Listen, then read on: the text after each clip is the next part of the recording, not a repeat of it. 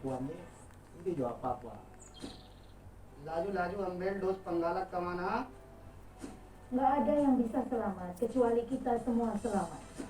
Nah, dengar kita sudah ke Nakas Petani Pusat Vaksinasi bersama melindungi. Mendermalah kepada anak-anak yatim melalui SMS Brunei Prihatin bagi dana dan hantar ke 38.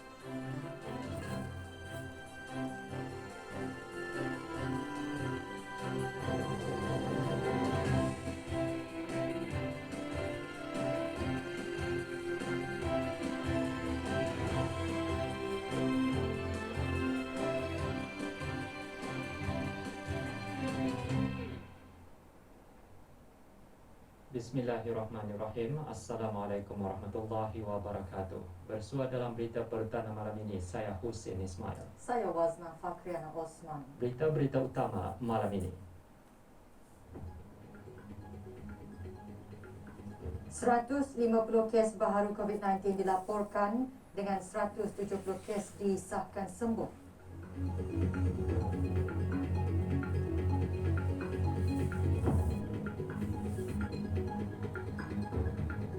Kementerian Kesihatan akan terus berusaha menambah baik perkhidmatan yang sedia ada agar pencapaian program imunisasi kanak-kanak kebangsaan dapat dikekalkan dan ditingkatkan.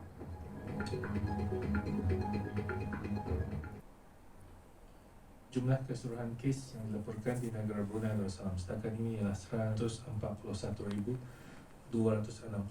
kes. Statistik harian COVID-19 yang lain pula adalah seperti berikut. Terdapat 2 kes yang dikategorikan dalam kategori 5, yakni mereka yang memerlukan rawatan di unit rawatan intensif ataupun ICU. Manakala tidak ada kes sedang berada di kategori 4, yakni mereka yang memerlukan bantuan oksigen dan di bawah pemantauan rapi. Sebanyak 170 kes telah disahkan sembuh, yang membawa jumlah kes yang sembuh kepada 140,052 kes.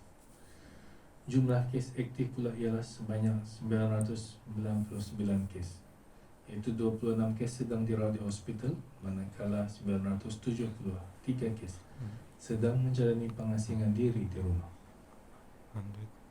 Dengan adanya program imunisasi kanak-kanak kebangsaan, negara Brunei Darussalam berjaya mencapai dan mengekalkan kadar liputan imunisasi kanak-kanak di tahap melebihi 95% liputan setiap tahun.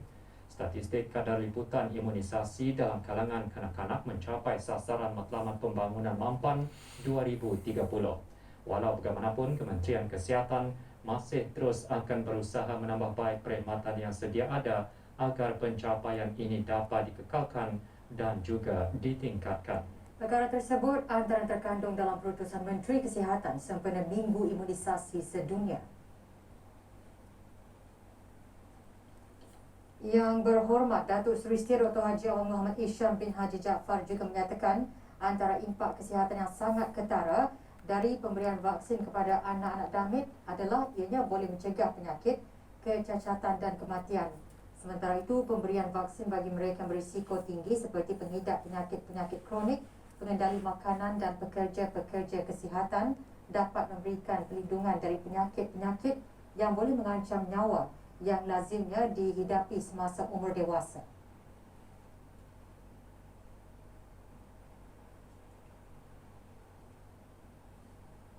Dalam perutusan, Menteri Kesihatan juga menyatakan program imunisasi yang bersistematik adalah antara komponen yang sangat penting dalam penjagaan kesihatan yang harus diberikan kepada setiap individu dari sejak permulaan usia mereka semasa anak damit sehingga dewasa. Negara Brunei Darussalam sangat beruntung kerana semua rakyat dan penduduk di negara ini dapat menerima perkhidmatan vaksin secara percuma daripada kerajaan ke bawah Dunia Maha Mulia Paduka Seri Baginda Sultan dan Yang di-Pertuan Negara Brunei Darussalam melalui Kementerian Kesihatan. Program imunisasi kanak-kanak kebangsaan adalah salah satu program yang disediakan di setiap klinik dan pusat kesihatan di negara ini. Semua itu adalah salah satu langkah ke hadapan dalam memperluaskan akses kepada imunisasi terutamanya kalangan anak-anak damit dan kanak-kanak di negara ini di samping untuk mencapai matlamat pembangunan mampan 2030 dan liputan kesihatan sejagat. Kita berharap rakyat dan penduduk akan terus meningkatkan tanggungjawab sosial dalam mendukung dan mematuhi usaha-usaha kerajaan. Langkah berjaga-jaga masih sahaja diperlukan tanpa mengabaikan Standard Operating Procedures (SOPs) yang ditetapkan.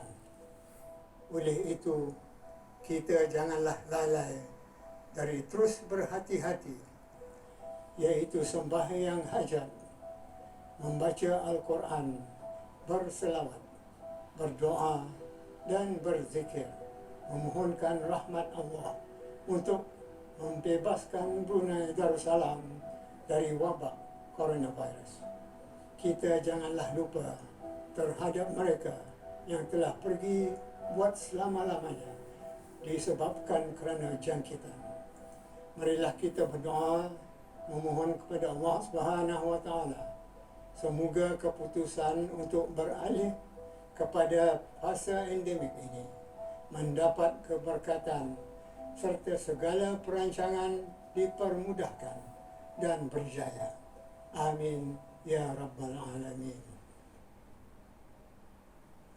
Majlis Ugama Islam Brunei MUIB pagi tadi menerima wang zakat daripada Takaful Brunei Keluarga TBK dan Stesen Minyak Koperasi Persatuan Tiba Kotiba. Majlis penyerahan wang zakat berlangsung di Kementerian Hal Ehwal Ugama. Wang zakat berjumlah RM24,777.64 dari TBK diserahkan kepada Yang Berhormat Pilihan Udana Khatib Datuk Paduka Seri Setia Ustaz Haji Awang Badarudin bin Pengarah Datuk Paduka Haji Abang Osman, Menteri Hal Ehwal Ugama selaku Yang di-Pertua MUIB. Manakala Stesen Minyak Kotiba menyerahkan RM65,624.21.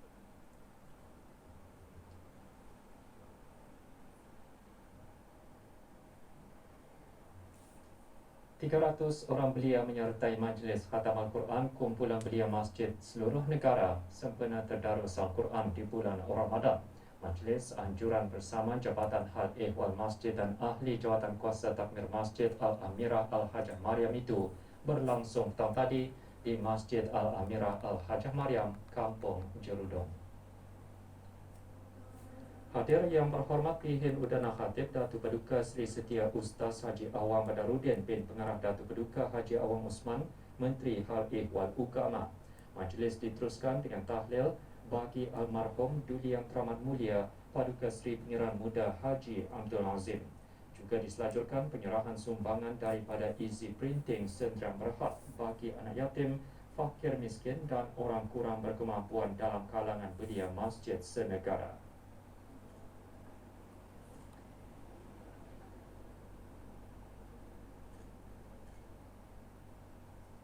Juga mengadakan Majlis Khatam Al-Quran, Kementerian Pengangkutan dan Infokomunikasi dan jabatan-jabatan serta agensi-agensi pihak berkuasa di bawahnya.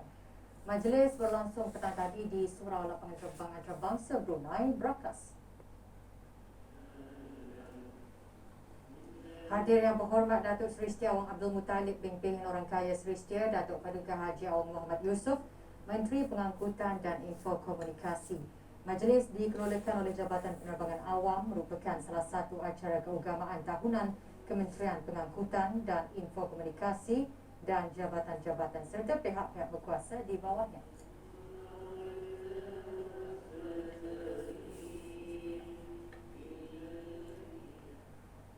Sementara itu, lewat petang kemarin, Jawatan Kuasa Takmir Masjid Kampung Masin juga mengadakan Majlis Khatam Al-Quran sempena penutupan terdarus di masjid berkenaan. Hadir Pengiran Datu Seri Paduka Haji Bahrom bin Pengiran Haji Bahar, Timbalan Menteri Hal Ehwal Ugama. Majlis dimulakan dengan bacaan surah Al-Fatihah, diikuti bacaan takhtim dan diakhiri bacaan doa khatam serta Allah peliharakan Sultan. Majlis juga diselajurkan penyampaian derma kepada 35 orang anak yatim kawasan Kampung Masin dan Bebatik dan sumbangan wakaf.